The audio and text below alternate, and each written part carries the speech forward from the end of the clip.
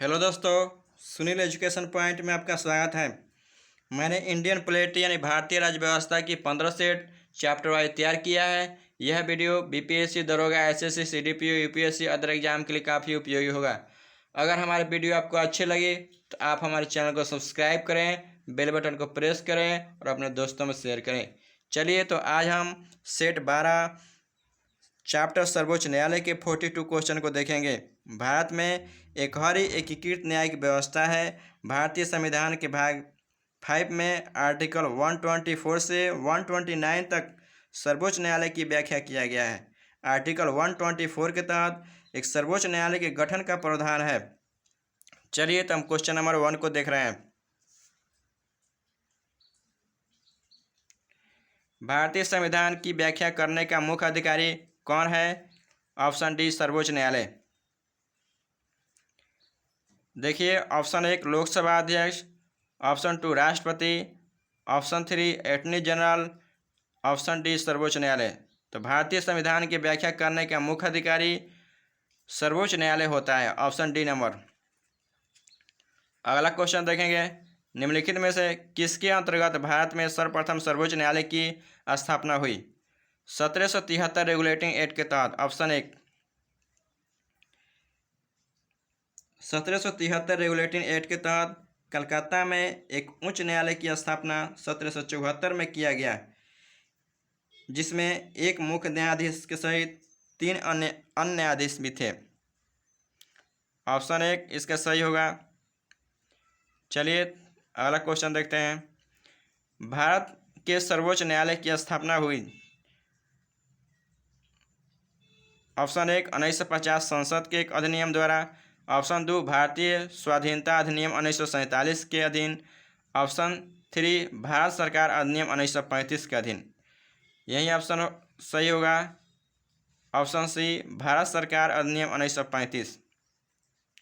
चलिए दोस्तों बता दें, 1935 अधिनियम के तहत भारत में एक संघीय न्यायालय की व्यवस्था किया गया, एक मुख्य और 2 अन्य न्यायाधीश। इसका विस्तार प्रांतों और रियासतों तक विस्तृत था। चलिए अगला क्वेश्चन देखते हैं। मूल रूप से संविधान में सर्वोच्च न्यायालय में मुख्य न्यायाधीश के अतिरिक्त कितने न्यायाधीश की व्यवस्था थी? 7।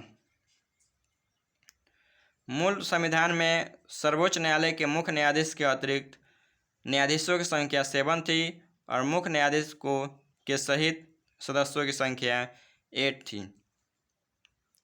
चलिए अगला क्वेश्चन देख रहे हैं। वर्तमान में सर्वोच्च न्यायालय के मुख्य न्यायाधीश के अतिरिक्त कितने न्यायाधीश का प्रावधान किया गया?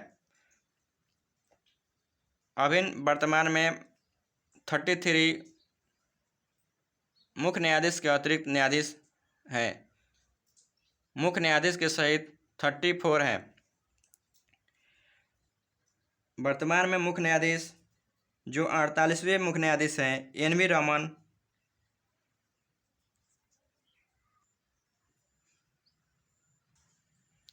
अगला क्वेश्चन देख रहे हैं। उच्चतम न्यायालय के न्यायाधीशों की संख्या में वृद्धि करने की शक्ति किसके पास है? चलिए दोस्तों बता दें, उच्चतम न्यायालय के सदस्यों की संख्या और उनके वेतन में वृद्धि करने का अधिकार केवल संसद के पास है, ऑप्शन सी।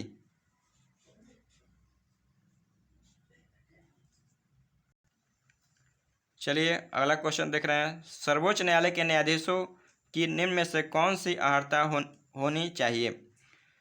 वह किसी एक या अधिक उच्च न्यायालय में लगातार कम से कम 5 वर्ष तक न्यायाधीश के रूप में कार्य किया हो, यह भी आवश्यक है। वह किसी एक या अधिक उच्च न्यायालय में लगातार 10 वर्ष तक अधिवक्ता के रूप में कार्य किया हो, यह भी सही है। वह एक परंपरागत विधि वेत्ता हो,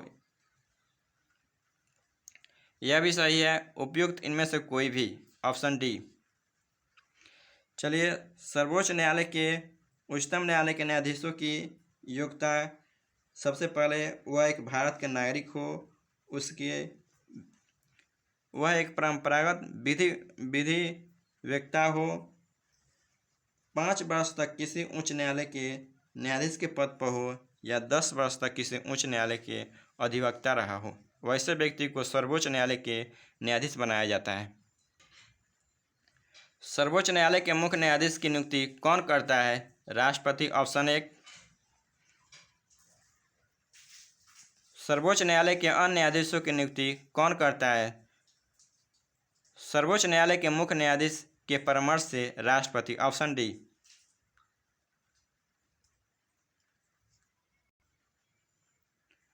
भारत के कार्यवाहक मुख्य न्यायाधीश की नियुक्ति कौन करता है? राष्ट्रपति। Option C. राष्ट्रपति सर्वोच्च न्यायालय के अन्य न्यायाधीशों की नियुक्ति में किसके परामर्श करते हैं? सर्वोच्च न्यायालय के मुख्य न्यायाधीश के परामर्श से। Option number 1। सर्वोच्च न्यायालय में तदर्थ न्यायाधीशों की नियुक्ति किस देश की न्याय प्रणाली से प्रेरित है? फ्रांस से। Option D. भारतीय संविधान में तदर्थ न्यायाधीशों की नियुक्ति का प्रावधान है। सर्वोच्च न्यायालय में, उच्च न्यायालय में, जनपद एवं सत्र न्यायालय में। Option D. सभी न्यायालयों में। सर्वोच्च न्यायालय में तदर्थ न्यायाधीशों की नियुक्ति होती है जब न्यायालय में किसी सत्र के लिए न्यायाधीशों का कोरम गणपूर्ति नहीं हो। तदर्थ न्यायाधीश की नियुक्ति उस समय होती है जब न्यायालय में न्यायाधीशों की संख्या कम हो, गणपूर्ति कोरम कम हो, तभी तदर्थ न्यायाधीशों की नियुक्ति की जाती है। तदर्थ का मतलब होता है अस्थायी न्यायाधीश।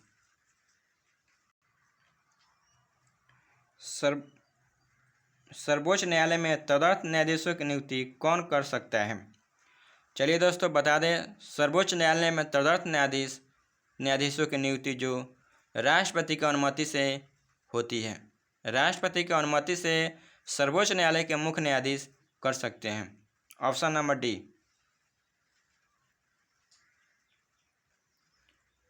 सर्वोच्च न्यायालय में न्यायाधीश की नियुक्ति होने के लिए व्यक्ति को कम से कम कितने वर्षों तक उच्च न्यायालय का एडवोकेट होना चाहिए? 10 वर्षों तक। Option B. भारत के सर्वोच्च न्यायालय का एक न्यायाधीश कितने उम्र तक अपने पद पर बना रह सकता है? 65 वर्ष तक। चलिए दोस्तों बता दें, सर्वोच्च न्यायालय के न्यायाधीश अवकाश ग्रहण आयु 65 वर्ष है।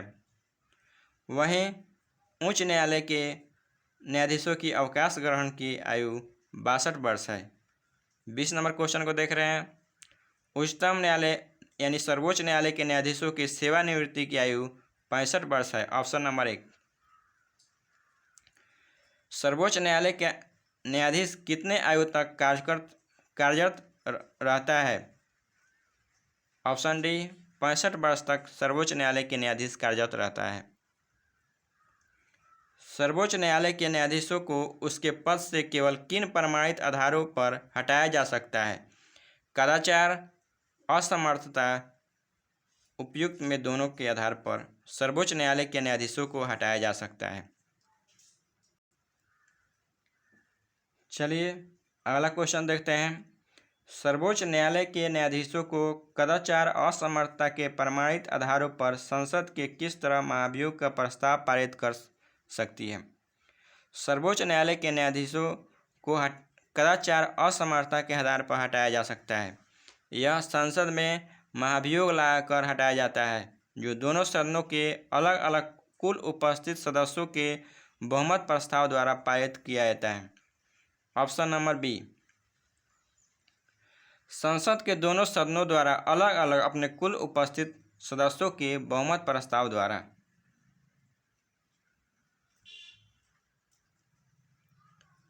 सर्वोच्च न्यायालय के न्यायाधीशों के विरुद्ध महाभियोग का प्रस्ताव पारित हो जाने पर पदच्युति का आदेश कौन जारी कर सकता है? Option number B. राष्ट्रपति सर्वोच्च न्यायालय के न्यायाधीशों पर महाभियोग लगने पर उसे हटने का आदेश जारी करता है। चलिए दोस्तों अगला क्वेश्चन देखते हैं। सर्वोच्च न्यायालय के किस न्यायाधीश के विरुद्ध 11 मई 1993 को लोकसभा में लाया गया महाभियोग प्रस्ताव असफल रहा? Option C. न्यायमूर्ति बी रामास्वामी। के खिलाफ जो महाभियोग लाया गया था लोकसभा में, वह असफल रहा था।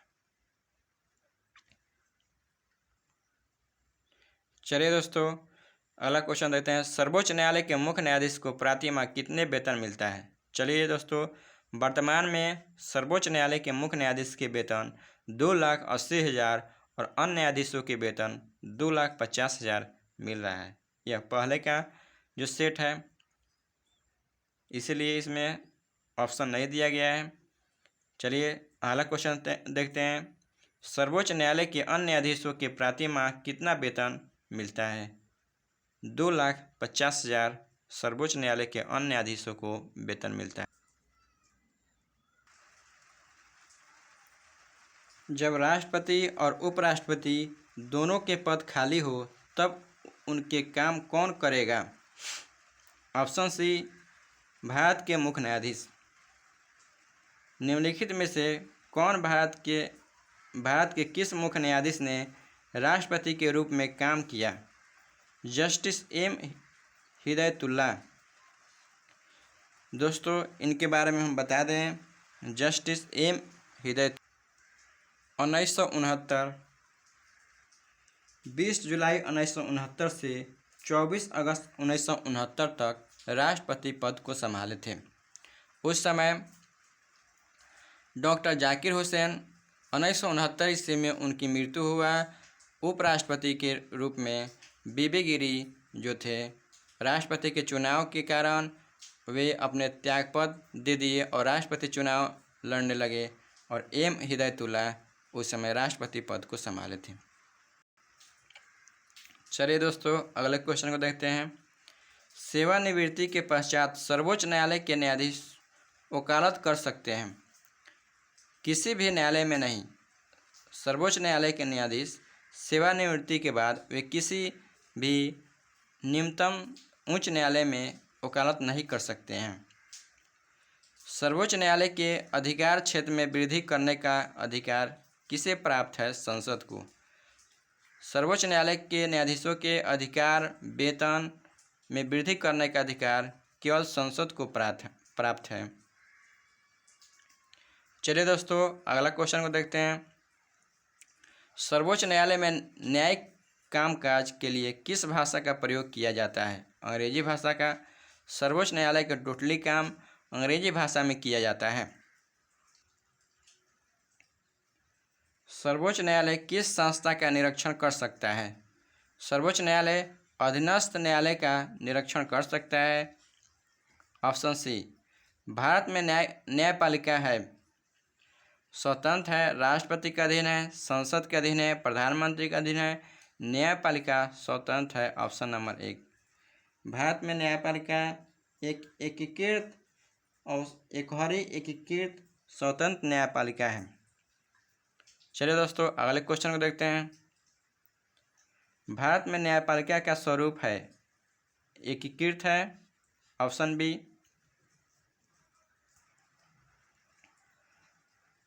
राष्ट्रपति और उपराष्ट्रपति के निर्वाचन में विवाद के मामले को किसको प्रस्तुत किया जाता है? राष्ट्रपति उपराष्ट्रपति के निर्वाचन में जो विवाद होते हैं वैसे मामले सर्वोच्च न्यायालय में लाए जाते हैं। भारत के उच्चतम न्यायालय। Option C. चलिए दोस्तों, अगला क्वेश्चन देखते हैं। राष्ट्रपति और उपराष्ट्रपति से संबंधित चुनाव विवाद को सुलझाने का अधिकार उच्चतम न्यायालय को की है। यह उसका मौलिक अधिकार है।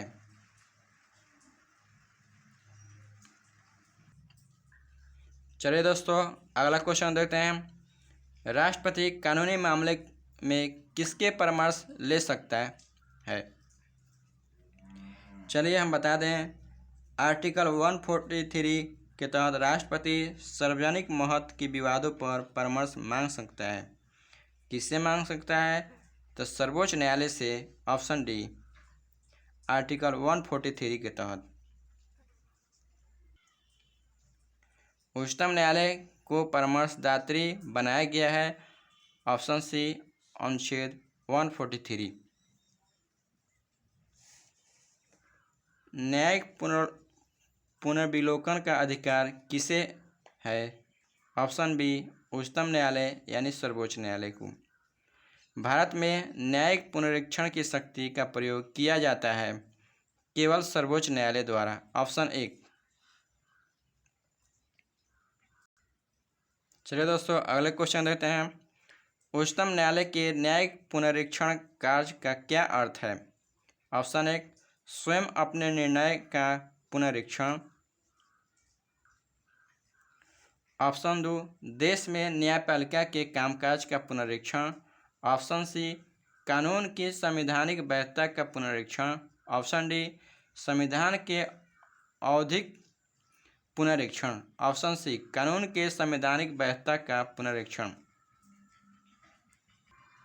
चलिए दोस्तों अगले क्वेश्चन देखते हैं। न्यायिक पुनर्विलोकन का अर्थ है कि सर्वोच्च न्यायालय डैश ऑप्शन एक को सभी प्रकरणों में अंतिम अधिकार प्राप्त है। ऑप्शन दो राष्ट्रपति के विरुद्ध दोषारोपण कर सकता है। ऑप्शन सी उच्च न्यायालय द्वारा निर्णयित प्रकरणों का समालोचन कर सकता है। ऑप्शन डी किसी भी राज्य के कानून को अवैध घोषित कर सकता है। ऑप्शन डी सही होगा। चलिए दोस्तों यह अंतिम क्वेश्चन है। न्यायिक पुनर्विलोकन में न्यायालय को निम्नलिखित अधिकार प्राप्त है। यदि कोई कानून या आदेश संविधान के विपरीत हो तो उसे असंवैधानिक घोषित करना। ऑप्शन दो निचले न्यायालय के आदेशों का पुनर्विलोकन करना। निचले न्यायालय के निर्णय के विरुद्ध अपील सुनना। कानून का इस दृष्टि से परीक्षण कि क्या उसके बनने में निर्धारित प्रक्रिया का अनुपालन हुआ है। ऑप्शन नंबर एक।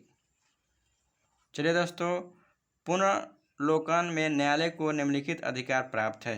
यदि कोई कानून या आदेश संविधान के विपरीत हो तो उसे असंवैधानिक घोषित करना। यही न्यायिक पुनर्विलोकन का अधिकार है। ऑप्शन नंबर एक। चलिए दोस्तों तो मैंने इस चैप्टर के 42 क्वेश्चन को कंप्लीट किया। अगर हमारे वीडियो आपको अच्छे लगे तो आप हमारे चैनल को सब्सक्राइब करें, बेल बटन को प्रेस करें, लाइक करें और अपने दोस्तों में शेयर करें।